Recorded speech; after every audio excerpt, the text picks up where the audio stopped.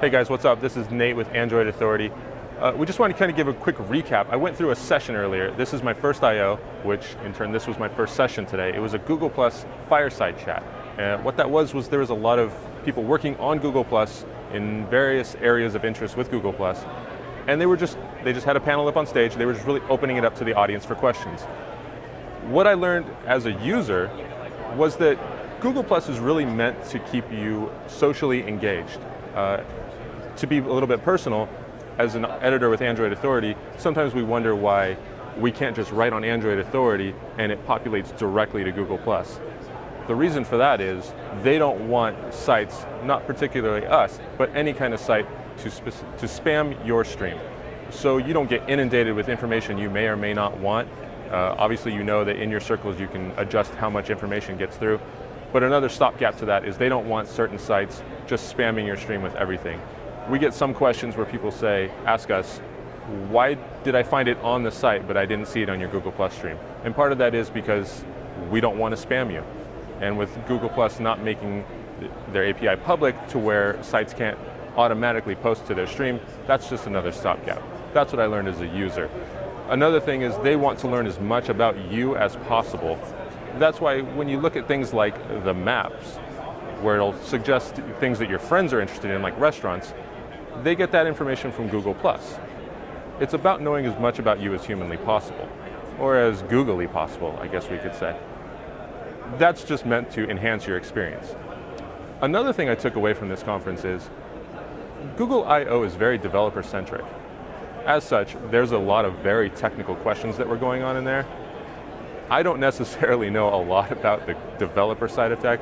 I know a little bit enough to where it makes sense to me, but in terms of getting very deeply involved, that's just not me, and it's probably not you.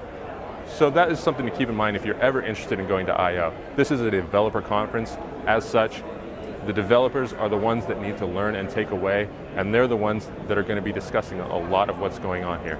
So if things like coding and things like that don't make sense to you, you're really not going to learn a lot here.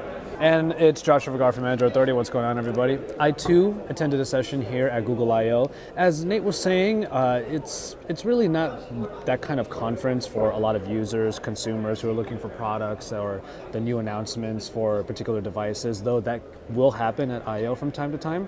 The vast majority of the conference that you're here for is for developing sessions. A lot of them are about creating software, best practices, different tips that you would have for it.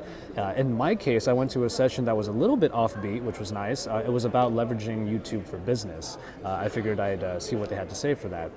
For the most part, I will say, as a critique, it was pretty much, a lot of it was stuff that we kind of already know.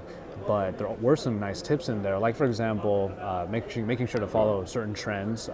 They were telling people not to be afraid to follow particular trends that might be happening now on YouTube and just kind of use that to your advantage to gain more. For example, using a Harlem Shake like everyone did a couple months ago.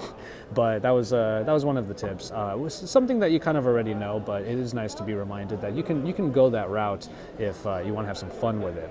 But for the most part, like Nate said, this really is not a conference for particularly everybody.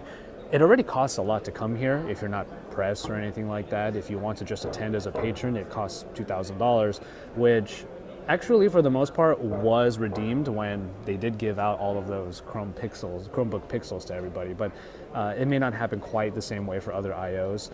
They do take care of you though. There's a lot here to partake in, like junk food on every single floor, free soda, free water, free food, all this stuff. Google really does take care of you. But just as a ploy to everybody that might be watching this, just letting you know, Google I/O is a lot of fun.